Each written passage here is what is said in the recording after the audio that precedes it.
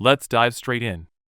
Section 3. We only use 10% of our brain? Oh no, that's straight up Hollywood nonsense. Oh man, this one's one of those juicy, dramatic, sounds smart but is totally fake myths. You hear someone say, humans only use 10% of their brain. And I'm like, okay then, genius. What's the other 90% doing? On vacation? Eating popcorn in the back of your skull? Look, bro, this line's been floating around forever, and no one ever stopped to ask, wait, who actually said that? But it sounds cool in movies, so everyone just rolled with it. Like in Lucy, you know, that movie where Scarlett Johansson unlocks 100% of her brain and suddenly she's controlling time, space, Wi-Fi, and probably your Spotify playlist. Yeah, it's super fun to watch. But come on man, we're talking about the brain, not a magical modem. Let's be real for a sec. If we only use 10% of our brain, a light tap to the head would wipe out your entire childhood. Or if a tiny chunk of it got damaged, you'd only lose that unused 10%, right? No, that's not how brains work. The brain is like a squad. Every part is doing something. One part's making you focus. Another part's making your legs move. Another part is whispering, go eat that leftover cake in the fridge at 2 a.m. Scientists, using brain scanners that look like airport security but way cooler, have shown that pretty much the whole brain is active depending on what you're doing. Whether you're thinking, writing, driving, or getting irrationally angry at the person in front of you at McDonald's, who still doesn't know what they want. Your brain is working overtime, like it's Black Friday in there. So where did this myth even come from? Some say an old school scientist once said something like, we don't fully understand the brain's potential. And people went, aha, that means we only use 10%. And BM, there it was, printed on motivational posters, slapped on t-shirts, shouted in self-help webinars. And look, I get it, it's tempting. It makes you feel special. Like maybe one day, you'll wake up, unlock the other 90%, and suddenly be able to park your car with your mind. Or call your mom telepathically just to lie and say you've eaten. But nah, sweetheart, your brain is already in full beast mode. If you pushed it any harder, you'd start steaming out your ears like a cartoon character. Bottom line, we use way more than 10% of our brains. Maybe not always for useful stuff, but we're using it. Half your brain is trying to figure out who the killer is in that new series you're binging. The other half's planning your fastest route to the door when the delivery driver texts I'm outside. So please, next time someone says, we only use 10% of our brain, just smile and hit him with, nah babe, my brain's working. It just ain't working for you.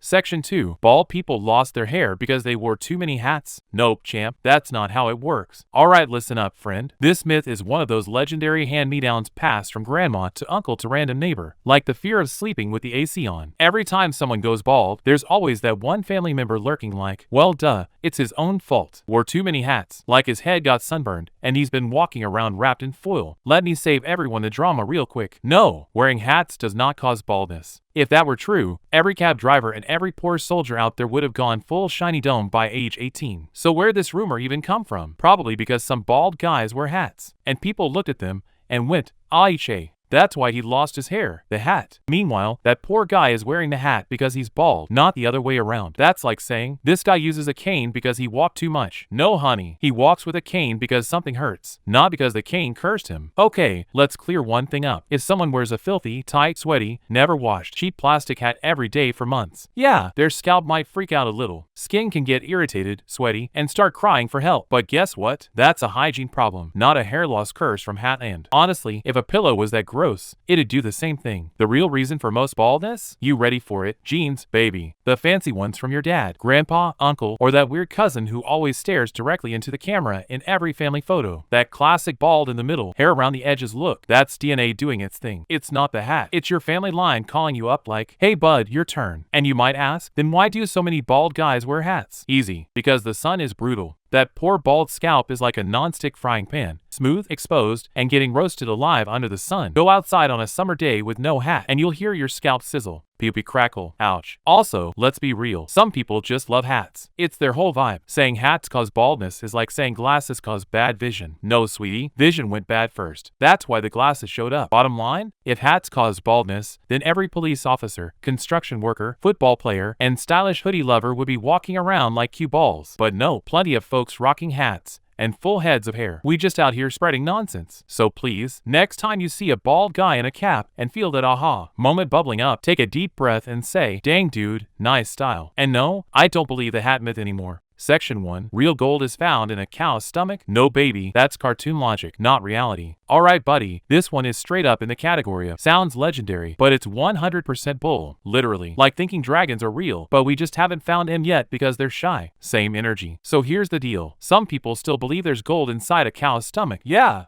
Gold, not earrings, not coins, actual gold bars, like the kind people mine, fight over, and protect with laser systems in heist movies. And then someone walks in all serious and says, "Nah bro, you're doing it all wrong. The gold's in the cow's belly. Where did this even come from?" Probably a messed up combo of two facts. Cows eat everything in front of them. Plastic spoons, iPhone chargers, whatever. Cows have 4 stomachs. Yup, 4. We can barely handle one without heartburn. These beasts run a whole digestive empire. Now imagine this. One day, some cow somewhere swallowed a coin. Someone saw it, cracked a joke, and boom, my guy, cows are walking treasure chests. Next thing you know, people are picturing cows walking around going clink clink like a slot machine. But come on, let's get real here. First off, gold isn't food. No cows out here lining up for nuggets of 24K. It's not protein, fat, or fiber. If a cow accidentally eats gold, it's not making jewelry in there. It's probably just gonna poop it out. Sorry for that mental image. But hey, you asked. Second of all, if cow stomachs could produce gold, we wouldn't need miners. We'd need more cowboys. Like, imagine your farmer uncle saying, "Forget the rice fields. I'm investing in gold producing cows." Nah, man, that's not how nature works. Some old cartoons even showed cows swallowing stuff and then spitting out treasure. Just like how in Tom and Jerry, the cat gets smashed with a hammer and stars circle around his head. That doesn't mean we call NASA every time we see someone dizzy. It's a cartoon, folks. Chill. And get this. Some people have actually tested this myth. Yeah, for real. They went and tried to find minerals in cows. The result? Well, we didn't get gold. But hey, at least we got cow poop. That's something? Let's just say it wasn't shiny, but it still had value. Recap? Nope, sweetheart. A cow's stomach is not a gold mine. It's where hay and grass go to get digested, not where gold bricks are forged by cow alchemy. If you're chasing treasure, hit up the mines, the mountains, or at least a suspicious old man with a pirate map, not a poor cow just trying to enjoy her salad. So next time someone comes up to you like, "Dude, I heard there's gold in cow bellies," just smile and say, "Yeah, bro.